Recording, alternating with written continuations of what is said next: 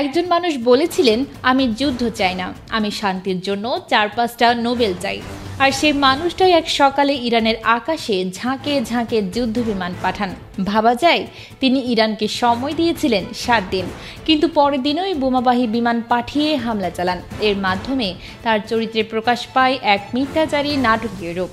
Israel যখন গাজায় আগ্রাসন বাড়ায় তখন তাদের পক্ষে পূর্ণ সমর্থন জানান, মানে তার যুদ্ধনীতি আসলে শান্তির মুখোশে কৌশলগত দখল ও আন্তর্জাতিক প্রতিপত্তি অর্জনের হাতিয়ার। তার চরিত্র অনেকটা সিনেমার অ্যান্টি হিরো, যিনি মুখে বলেন আমি যুদ্ধ চাই না, অথচ যুদ্ধ দিয়েই ফিরে আনেন নিজের জনপ্রিয়তা।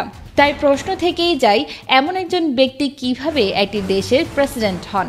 এই ডোনাল্ড ট্রাম্পকে কি আদৌ বিশ্বাস করা যায়? তার চরিত্র যেন দুই মুখের আয়না। একদিকে মিডিয়াকে বলেন শত্রু, অন্যদিকে নিজেই হয়ে ওঠেন যুদ্ধের নায়ক। একদিকে শান্তির বার্তা দেন, আবার পরক্ষণেই পাঠান বোমারু বিমান। তাহলে প্রশ্নটা উঠবেই, তিনি কি নোবেল শান্তি পুরস্কারের যোগ্য? বিশ্লেষকদের ভাষায় ট্রাম্প শুধু রাজনীতি নয়, গড়েছেন এক ধরনের নাটক। কারণ তিনি জানেন নির্বাচনের আগে সামান্য উত্তেজনা, ছোটখাটো যুদ্ধ জনগণের দৃষ্টি ঘুরিয়ে দিতে পারে। আর সেই নাটকের মঞ্চ হয়ে উঠেছে মধ্যপ্রাচ্য। এই যে ইরানে হামলা, তা আসলে ইসরায়েলের হয়ে করা যুদ্ধ। আর তেহরান তো চুপ করে বসে থাকার পাত্র নয়, শুরু হয়ে গেছে পাল্টা হুমকি।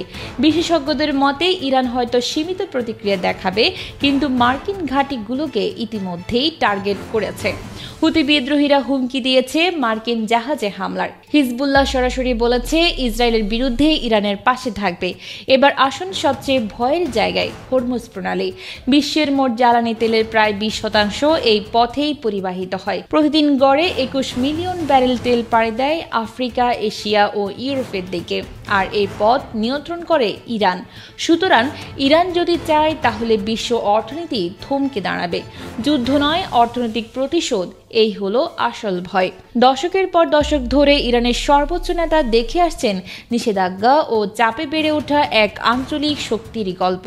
আর সেই গল্পের এখন হয়তো সমাপ্তি লিখে দিয়েছে একটি বোমা।